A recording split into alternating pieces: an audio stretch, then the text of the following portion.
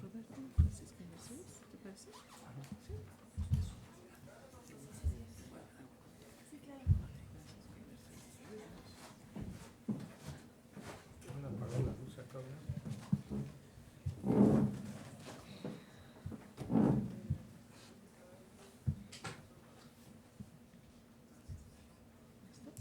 Bueno, pues gracias por su presencia. Vamos a dar inicio a la sesión sobre prevención, trabajo y protección social. Y vamos a tener, el panel está conformado por las participaciones del doctor Roberto Ham Chandé, el doctor Francisco Alba y la doctora Mercedes Pedrero. En primer lugar, nos hará su presentación el doctor Roberto Ham. Él es investigador titular C del Departamento de Estudios de Población del Colegio de la Frontera Norte, miembro del Sistema Nacional de Investigadores Nivel 3, actuario por la UNAM con maestría en Estadística Matemática del Centro Interamericano de Enseñanza de Estadística en Santiago de Chile, maestría en Ciencias por la Universidad de Michigan y doctor en Demografía por la Universidad de París en Nanterre. Premio Nacional de Demografía en 2009, profesor honorario de la Universidad Estatal de San Diego, y sus áreas de investigación son envejecimiento en México y sistema de pensiones. Gracias, doctor. Bueno, gracias por la invitación. No han puesto la pantalla porque ¿Alguna facilidad? ¿aquí? No, la pantalla está otra grande. Ok, bueno, yo querría empezar diciendo que me siento muy contento de estar aquí en la UNAM y me siento tan contento que cuando hago mis presentaciones para la UNAM, pues siempre las pongo en azul y oro. Y entonces, por eso estaba yo preocupado que no se mostrara mi espíritu puma desde un principio. Bueno, cuando Carlos Echarri me invitó a esta reunión, me dijo de qué se trataba y me dijo que hablásemos sobre seguridad social y qué cosa hay en el Plan Nacional de Desarrollo. A la hora de estar pensando en eso, de un Plan Nacional de Desarrollo y de una política de seguridad social y de una política de población, la primera cuestión que se me ocurrió, o algo que se me ocurrió, no la primera, pero en el camino se me ocurrió, ¿por qué las políticas de población tuvieron tanto éxito? Es una historia que todos sabemos. ¿Y por qué la seguridad social está tan mal, sigue tan mal y promete seguir mal? Ahora, dentro del Plan Nacional de Desarrollo, finalmente, ¿qué quiere decir un Plan Nacional de Desarrollo? Como muchas otras cosas, se trata de procurar que el futuro pues, sea mejor. Eso es lo que quiere, ¿verdad? No quiere otra cosa, ¿sí? Entonces, debe mirar al futuro ese plan. Yo no sé qué hizo mi pantallita esta, que nada más estoy mirando aquí las… ¿Qué es lo que debe hacer este plan? Necesariamente tiene que mirar al futuro, porque un Plan Nacional de Desarrollo pues siempre es a futuro.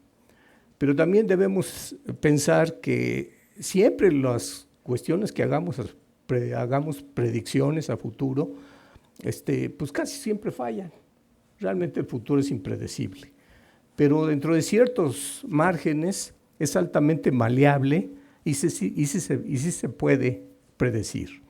En la mañana Manuel nos comentaba cómo se creó la política de población, quiénes la crearon, y una de las cosas que pasó fue que tuvieron una visión a futuro y, como nos decía también Víctor, lo vieron como un escenario, no como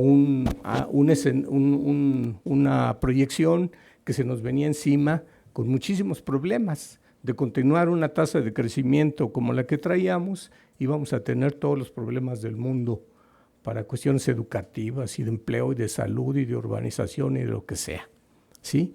Entonces, esas proyecciones de población, esa manera de vislumbrar el futuro, entró en una política de población, ¿sí? Y no voy a entrar en esas cosas, ya saben lo que fue con esa política de población, solamente quisiera anotar una cosa. Esas políticas de población consideraron los fenómenos a largo plazo, no como el Plan Nacional de Desarrollo para un sexenio o para la próxima elección. Lo consideraron a largo plazo. Otra cosa que sucedió es que esas políticas de población se respetaron sexenio tras sexenio. Se le dio continuidad, ¿sí? Y parece, hasta donde yo sé, que es el único caso de una planeación a largo plazo y transeccional que se haya hecho. Ahora, yo tuve una experiencia como actuario del Seguro Social en los años 70, en donde con otro grupo de actuarios que en ese momento pues, tenían mucho más ascendencia que yo, podría recordar al profesor Asas, que estaba ahí en ese momento, ¿sí? Veíamos una crisis. Yo firmé algunos documentos ahí, pero repito, había otros actuarios ahí, en donde se anunciaba que hacia el año 2000 el Seguro Social iba a ser inviable financieramente, ¿sí? Y por varias razones. Uno es la diferencia de las contribuciones frente a lo que debía, a lo que se promete. Otra, la principal, el uso político y sindical, ¿sí? Y al final de todo, no nos hicieron caso, no, ¿yo qué le hice esta cosa? Bueno, al final de todo, simplemente no nos hicieron caso porque políticamente era improcedente. No voy a entrar en esa anécdota, pero casi nos regañaron, nos dijeron que teníamos que callarnos, se cancelaron los balances actuariales, porque eso es lo que daba a conocer que no iba a ser viable la seguridad social. ¿Qué pasó? Se continuó con obligaciones pactadas que ahora comprometen el desarrollo y la estabilidad, principalmente por esta cuestión de los privilegios que tienen los sindicatos y una serie de prebendas que tienen, como la vejez artificial traducida en pensiones anticipadas. De eso incluso se ha hecho estudios, se ha publicado cómo solamente los pasivos por pensiones de la seguridad social comprometen el dividendo demográfico. El primer dividendo demográfico no se está construyendo, entre otras cosas, por la cantidad de recursos que se están distrayendo para sostener vacaciones adelantadas, pagadas y vitalicias. Y se está descuidando educación y salud.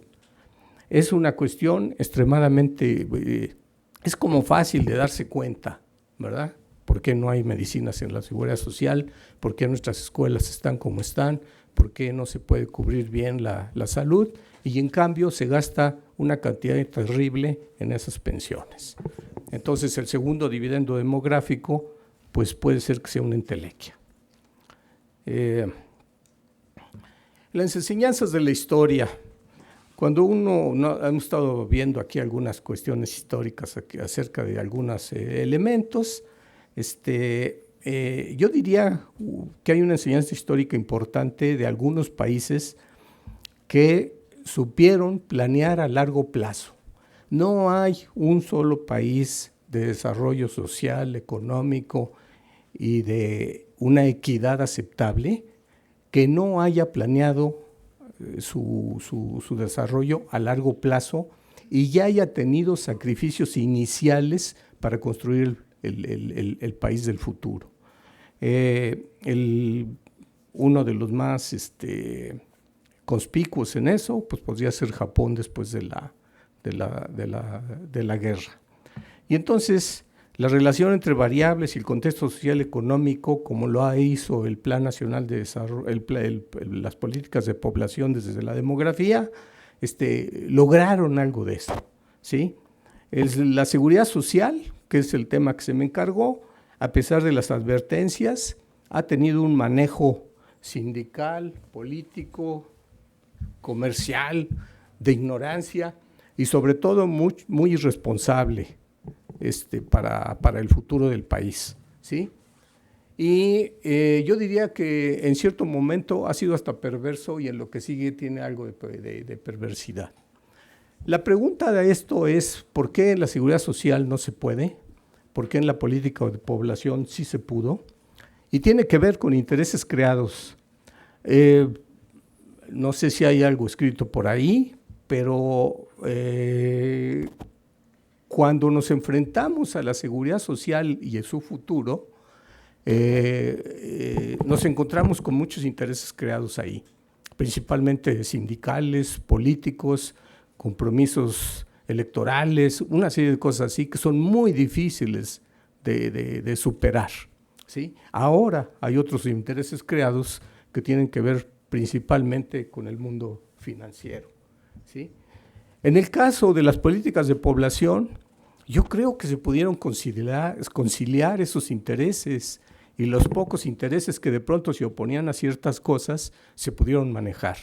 Yo recuerdo algunas cosas que tenían que ver con la iglesia, que finalmente la iglesia no dijo mucho más, y unas cosas incluso ideológicas, demasiado izquierdistas, y que también terminaron de no estorbar por lo pronto y se logró hacer, ¿sí? Entonces, el Plan Nacional de Desarrollo tiene que fijarse en perspectivas, no en proyecciones, en perspectivas, en una construcción de escenarios a largo plazo, ahí dice, ¿no? Que cómo se hacen las perspectivas. Pues hay técnicas, que la ley de los grandes números, dicen los actuarios. ¿Qué pasa? Cuando esas cosas son verosímiles, cuándo son probables o cuándo son imposibles, ¿verdad? Hay algunas cosas que son políticamente imposibles. Lo de la seguridad social continúa así, ¿sí? Gracias. Pero hay que crear a largo plazo esos escenarios que nos permitan construir y advertir de posibles crisis. A mí me tocó advertir, otra vez no fui yo, pero me tocó estar presente, testigo de esas crisis que venían al Seguro Social y que llegaron con toda puntualidad.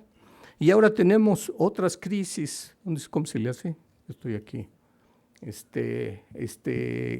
Otras crisis de la seguridad social que tiene que ver con las reformas que se hicieron. Y las crisis se van a manifestar, y estamos súper seguros los actuarios, de baja cobertura, de pensiones insuficientes y llena de riesgos financieros. Y una cosa muy importante es que sigue siendo una carga pública, porque todas esas inversiones en Afores, la mayor parte regresan al gobierno, que los usa en el gasto corriente y que lo va a pagar con deuda. Otra vez es de reparto, pero más caro, ¿sí? Entonces, se necesita hacer proyecciones del costo y financiamiento de la educación y de la salud para incorporarlo en esto. Y hay una serie de cosas. Yo creo que lo de la seguridad social es una cuestión que está ya sobrediagnosticada, pero en todos estos diagnósticos no hemos podido hacerlo consciente en el Estado, en el Plan Nacional de Desarrollo, para gobiernos, legislaciones, sindicatos que miren a futuro hacia dónde va este país, ¿sí? El papel social de la empresa privada tiene problemas. Y una cosa que yo siempre digo al final de estas presentaciones es que el compromiso mayor, el problema mayor, va a estar en las generaciones jóvenes. Cuando vemos las proyecciones, pues yo ya me estoy despidiendo, no me va a tocar mucho, pero todos los jóvenes que están aquí son los que van a cargar con ese problema, en una necesidad de renovar contratos sociales y relaciones económicas, y eso deben ser, creo, nuestros planes nacionales de desarrollo, como muchas cosas de las que se comentaron esta mañana.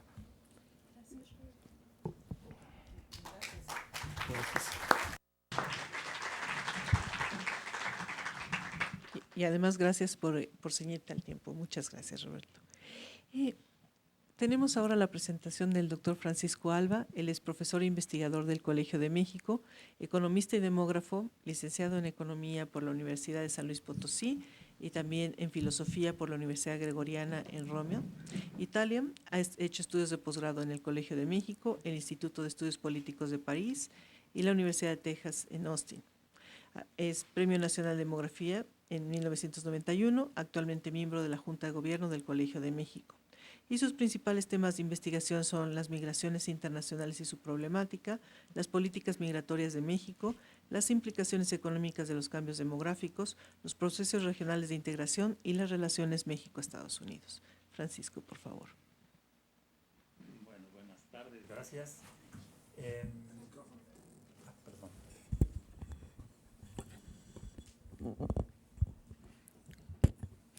Buenas tardes, gracias. Bueno, debo comenzar obviamente por agradecer la invitación. Déjenme decirles que no podía decir que no, porque el tema era, entre otras cosas, reflexiones alrededor del Plan Nacional de Desarrollo, y me pedía que hablar un poco sobre los dividendos demográficos. Y resulta que de alguna manera hace 4 o 5 años yo ya había hecho alguna reflexión al respecto. Así que dije, bueno, pues ni modo de decir que no. Así que voy a repetirles probablemente alguna que otra cosa, bueno, si es que alguno leyó lo que escribí, que lo dudo obviamente. No, ella me lo pasa. Gracias. Sí, gracias. La siguiente, por favor. No, brevemente, yo sé que tenemos el tiempo muy encima.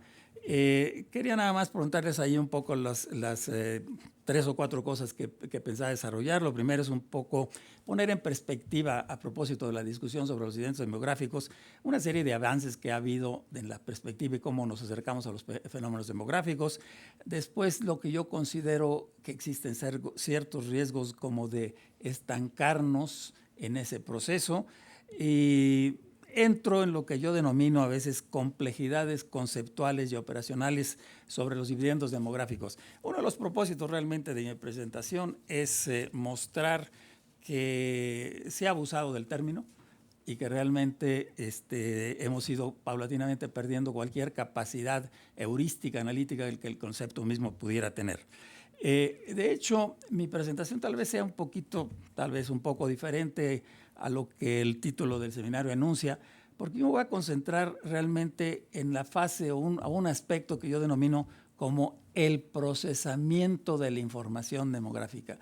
Y por procesamiento no me refiero estrictamente, obviamente, al procesamiento estadístico o cosas por el estilo, sino cómo conceptualmente y operacionalmente se procesan ciertos términos y ciertos fenómenos.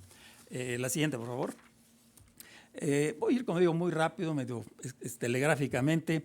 ¿Qué entiendo yo? ¿Qué quiero decir por avances conceptuales? Bueno, una de las cosas que quiero mencionarles es que a veces, como decía, bueno, aquí la audiencia probablemente es muy joven, pero quien no fuera tan joven entendería más lo que yo entiendo por diversificación de los acercamientos ante el cambio demográfico. Hace, no sé, 40 años, 50 años, había una especie de, digamos, énfasis, sobreénfasis en el aspecto del crecimiento, en los aspectos, digamos, énfasis un poco en los costos que significaba el rápido crecimiento, etcétera, etcétera.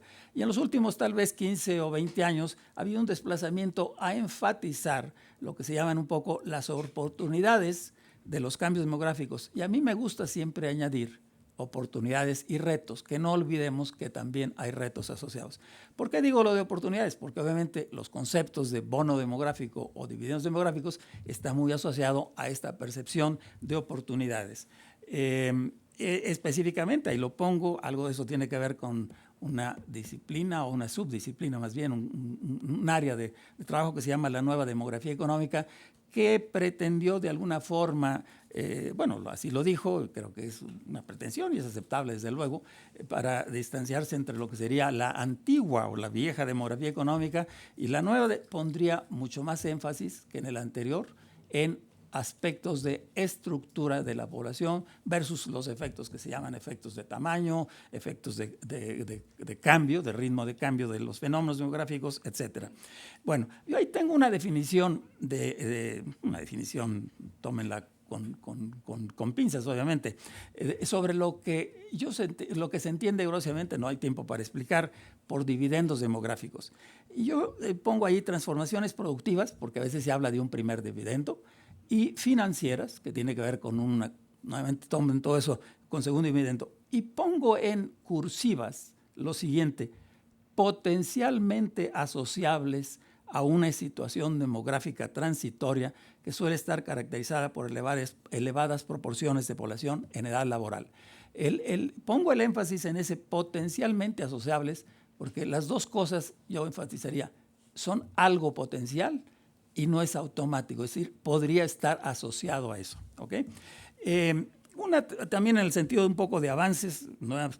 Rápidamente, y yo llamo ahí lo que extensión del concepto de gobernabilidad poblacional, y hago alusión, quiero ir rapidísimamente, a que en el caso mexicano, para ser concreto, a principios la primera parte del siglo XX, la gobernabilidad consistía un poco en digamos, de algún cierto sentido, favorecer, si se vale la expresión, estimular el factor demográfico para que hubiera poblamiento del territorio, etcétera, etcétera, los procesos de industrialización.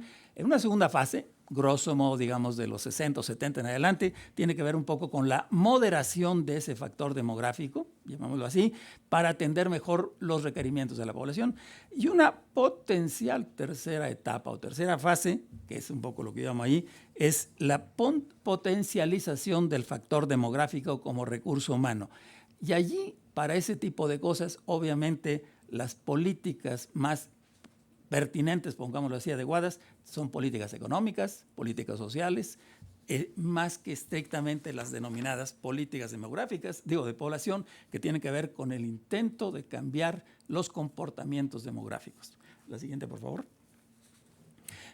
Bueno, aquí un poco la situación sobre gobernanza poblacional, es un poco siguiendo lo anterior. Es una cosa muy rápida de cuál es un poco dónde estamos actualmente. Es decir, claro, rapidísimamente. Aquí la primera cosa dice inflexión de la dinámica demográfica. Bueno, eso tiene que ver con lo que ya todo el mundo sabe, sobre todo en largo plazo, que es, bueno, el crecimiento sufrió una gran inflexión respecto al rápido crecimiento, ha venido bajando muchísimo y debía haber puesto ahí algo probablemente coyuntural más importante, una especie de desaceleración reciente de esa tendencia, que es un poco lo que ya todo el mundo, seguro que, seguro se ha salido muchísimas veces, sobre especie de sorpresa de los resultados que arrojó el censo de 2010 versus a lo que de alguna forma se esperaba, una población mayor, etcétera, etcétera. Bueno, situación, nuevamente tengo que ir muy rápido, ahí dice los dividendos demográficos en los planes nacionales de desarrollo y en los planes nacionales y en los programas, ya no sé cuáles son, nacionales de población. ¿Okay? Bueno, déjenme decirles muy brevemente, en realidad, desde el Plan Nacional de Población, el Plan Nacional de Desarrollo del 2001 está presente el concepto de bono demográfico de alguna forma. Obviamente ese concepto de alguna forma se retoma en el Plan 2007-2012, en los planes o los programas nacionales de población correspondientes, los años cambian un poco, obviamente están presentes, y el tema está presente en un par de ocasiones en el Plan Nacional de Desarrollo 2013-2018. En forma muy breve lo que puedo decir es que las alusiones que hacen los planes y programas a este concepto, en mi opinión, se ha ido desdibujando. Yo la encontraba mucho más precisa en los planes, digamos, principios que en el actual. ¿En qué sentido? No tengo tiempo, pero hay un par de referencias nada más en el plan actual al respecto. Uno de ellos poco importa, en un inciso dice diagnóstico general, México enfrenta barreras que limitan su desarrollo. Y ahí se hace alusión muy genérico a todo. México es un país joven, alrededor de la mitad de la población se encuentra en trabajar de los próximos años, y lo dice, este bono demográfico constituye una oportunidad, lo cual es correcta en un cierto sentido. Pero no hay visión porque en esa misma página, un poco abajo, hay otro inciso que dice capital humano para un México con educación de calidad. En cambio, ahí no se menciona para nada el concepto que uno imaginaría que fuera pertinente. Y igual, más adelante se vuelve a mencionar, creo, si no recuerdo mal, en el capítulo sobre desigualdad y discriminación, que no es que esté mal, pero yo creo que habría probablemente otros incisos que serían, desde mi perspectiva, mucho más pertinentes.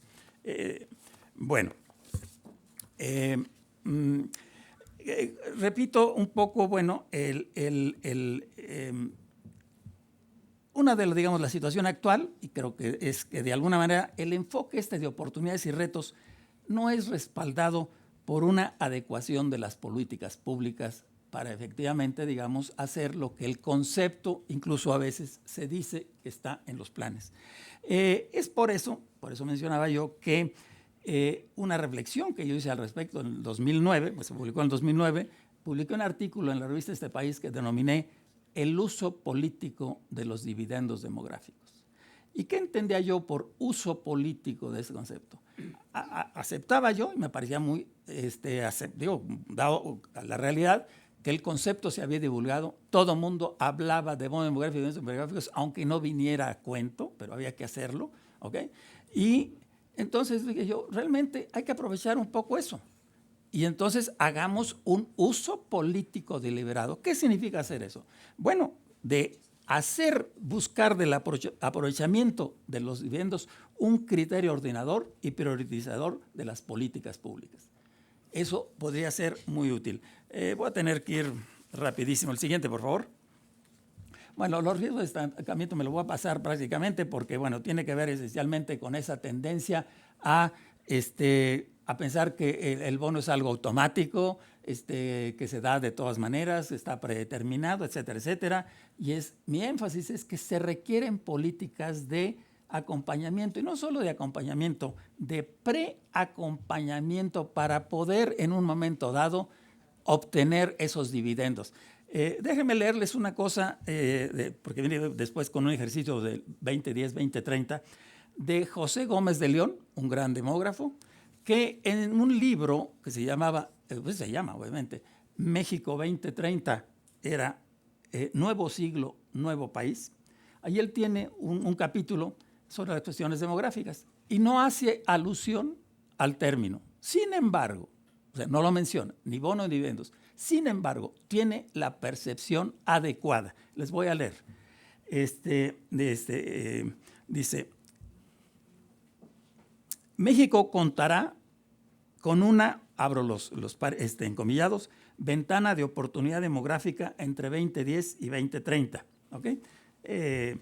Durante esa ventana de oportunidad es cuando podrán aprovecharse, lo dice en futuro, los beneficios de las reformas, y él pone que la precedan, o sea, que precedan a esa ventana. O sea, esa es un poco la visión para financiar mejoras en educación y para incrementar el ahorro de los trabajadores que les permitan solventar su vejez. O sea, ahí está captada, aunque no lo haya mencionado, la esencia de eso. Habría que beneficiarse, o sea, habría bono si se beneficia uno de reformas previas. Es decir, si hay políticas acertadas. Bueno, la siguiente, por favor. Obviamente no tengo mayor tiempo. Aquí lo que llamo ejercicio cuantitativo interpretativo era simplemente sacar 2 o 3 cosas. No quiero que se fijen para nada con precisión en unas cifras que hay allí. Lo que quiero en esta, si quieren pase por favor. La siguiente. Okay. Bueno, allí es un poco, como digo, son 2 o 3 cosas porque no tengo tiempo. Es nomás mencionar lo siguiente. Fíjense en la línea 15-64 años. Y ahí lo que comparo, vean nomás las 2 primeras columnas con cifras, o sea, las 2 primeras columnas de cifras, olvídense de la última, es lo que aquí se está un poco, comparo las cifras de la proyección que se hizo en base al conteo de 2005, la de 2007, y la proyección en base a CONAPO 2010, que es la de 2012, ¿ok? Bueno, ahí, si ustedes verán, en el grupo 1564 hay una diferencia, se espera una diferencia entre las 2 proyecciones de aproximadamente 4 millones de personas, ¿ok? De 81 a 86, 5 millones, perdón, de personas, ¿ok? Bueno, si uno viera la anterior, por favor, un segundito, la anterior es que para 1910, o sea, en ese momento, de dónde se parte, en ese grupo habría 73.4 millones entre 15 y 64 años. Eso quiere decir que en estos 20 años, por un lado, en primer lugar, cada año se estarían añadiendo 650,000 personas potenciales que entrarían al ingreso, al mercado de trabajo. Pero entre una proyección de otra hay una diferencia de 250,000 de más o de menos, que yo denomino adicionales en función de las nuevas circunstancias. Aquí empiezo a hacer, pero no tengo tiempo, una serie de preguntas retóricas que tienen que ver con lo que yo denomino, si quiere regresar, por favor, ahí está bien, perfecto. ¿Cuál era el propósito del ejercicio que yo llamo cuantitativo interpretativo? Bueno, que en primer lugar, que es importantísimo, lo que aquí se ha dicho, contar con información precisa y adecuada al respecto. Porque, bueno, metí allí otra proyección que se hizo en el año 2000, o sea, a partir del censo de 2000, y bueno, hay unas coincidencias que no hay tiempo para llegar a eso, pero entonces es importantísimo, no es indiferente que contemos con esa población de 81 millones u 86, para todo lo que se quiera ver, ¿ok? El propósito también tenía que ver con otra cosa. El concepto, la cuestión de operacionalizar el concepto, hay un problema, digamos, esa ventana es un cierto punto flexible, la ventana puede ir desde X fecha o otra porque al cambiar las cifras, pues se puede ver. O sea, todo eso, bueno. Segundo, una cosa que yo llamo ahí, un acercamiento a la sensibilidad efectiva sobre gobernanza demográfica. Yo quisiera saber en qué escritos, yo no he encontrado ningún escrito del Plan Nacional o de otras cosas por el estilo, que se haga alusión a este tipo de diferenciales y que por lo tanto de ahí se deduzca que hay que cambiar estas políticas o que hay que otra, o que hay que acentuar esto o lo de más allá. Ese es un poco lo que yo llamo sensibilidad efectiva. O sea, el término está en todos lados. ¿Okay? El discurso, como alguien dijo, está correcto. Normalmente hay ilusiones. Pero ¿cómo se traduce eso en otra cosa? Pues probablemente está totalmente ausente. Un tercer punto que está ahí todavía, al final, bueno, previo a los antecedentes, dice sobre la importancia de tomar en cuenta todos los efectos demográficos. ¿Qué quiero decir yo por eso? O sea, no nada más los efectos de estructura. Los efectos de estructura, por eso la cuestión demográfica, los efectos demográficos es bien complejo, porque están actuando efectos de tamaño, están actuando al mismo tiempo efectos de ritmo de cambio de los fenómenos, de las variables, y está actuando obviamente el efecto estructura. Y un efecto importantísimo, que es lo que se llama el efecto composición. La última, por favor, si es tan amable. Bueno, rapidísimo, obviamente, que es lo siguiente. Realmente, viendo hacia el futuro, el reto para la cuestión de los eventos demográficos, bueno, para empezar, déjenme decir una cosa. En mi opinión, en función de todo lo que ha dicho, la mitad del supuesto bono ya se nos fue. Porque no se invirtió en su momento en educación, no nomás de los de 15 y 24 años, de los niños. La cuestión de salud y de educación empieza desde abajo, para eventualmente tener lo que yo llamo allí un reemplazo generacional de calidad, y calidad, digamos, en términos del recurso humano. Mientras eso no se haga, tendremos más gente, que es a veces lo que se confunde con tendremos una gran